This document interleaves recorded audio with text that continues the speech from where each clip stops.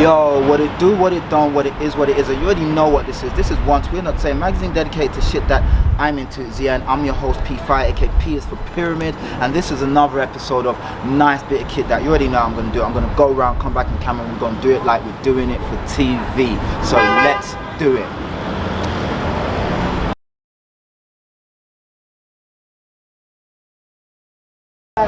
Back in the shop, back in the shop. What's good, guy? Did you see that dramatic turn? Sometimes you got to do a little dramatic turn. Speaking of turns, here's a little twirl, RJ to the twirl, the twirl to the RJ to the twirl. Let me just give you a little, you know what I mean, close up. All right, my beautiful people, how are we doing?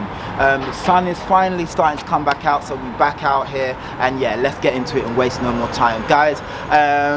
Today we have this vintage Stone Island parachute jacket from 1995. All right, let's get into it. Let's start at the cuff arches, left hand side, right hand side, equilibrium, say a beautiful thing. Yes guys, it's a beautiful thing. As you can see, you have these wider cuffs there, you know, that more boxy fit coming from 1995, you know what I mean. Of course, this is fastened by some metal rivets. Let me just put that, oops, so we can see it. Fastened by some metal rivets, giving that taperage. You know, you can still put a couple things in there. You know, if you're feeling a bit fruity, you can put a whole gang of them in there. Pause. Anywho, you know what I'm saying? So you got a bit of taperage right there, and of course equilibrium, saying beautiful thing. You can see that there. Of course, this is from 1995. You can see the wear and tear.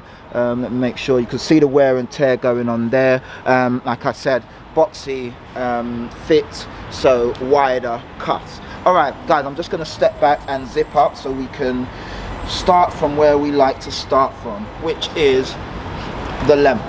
Oops, zip that up and almost spoiled the zip. Let me just unzip this again, guys.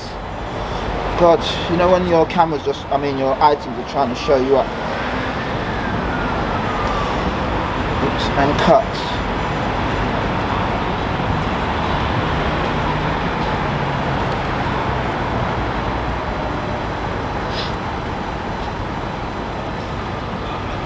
Okay team, I'm just going to zip up and then we can get to it. Okay guys, there's my waist. Obviously you see that comes just below my waist right there. Super dope, really nice. Of course, let me come a little bit closer. Left hand side, right hand side, equilibrium, same beautiful thing. You have these two zip pockets right here with zip across, and they've got that nice zip pull right there in that canvas, as you can see, and we zip that back, and of course, like I said, equilibrium, same beautiful thing. Okay, and just below that we have these two parachute pockets. We call them the parachute because you see the way they sort of puff up like that, and that's why they're called parachute pockets. That's what I'm assuming anyway. So these are fastened down by some Velcro. Years of wear have sort of made that Velcro not as strong as before, but you know, still does the job. Of course, equilibrium, certain beautiful thing. Now if you put your hands in here, perfect for couple bars of silver, couple bars of gold, nothing else, not too much, because you don't want to you know, make the pockets all saggy. Nobody wants a saggy pocket.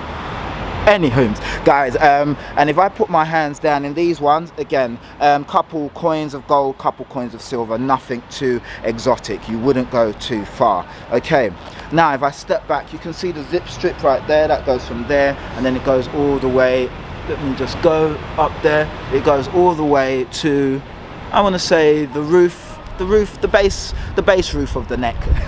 The roof of the neck actually goes all the way, and that zip strip, as you can see, it has that resplendent black, so it's not covered over with the burgundy, it's nice and black. Okay, cool. Now if we go left hand side, right hand side, once again equilibrium, same beautiful thing. You've got these two additional parachute pockets. Once again, these are fastened down with Velcro like the top versions.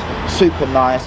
Just give you a little close-up of that bottom pocket so you can see right there, parachute pocket.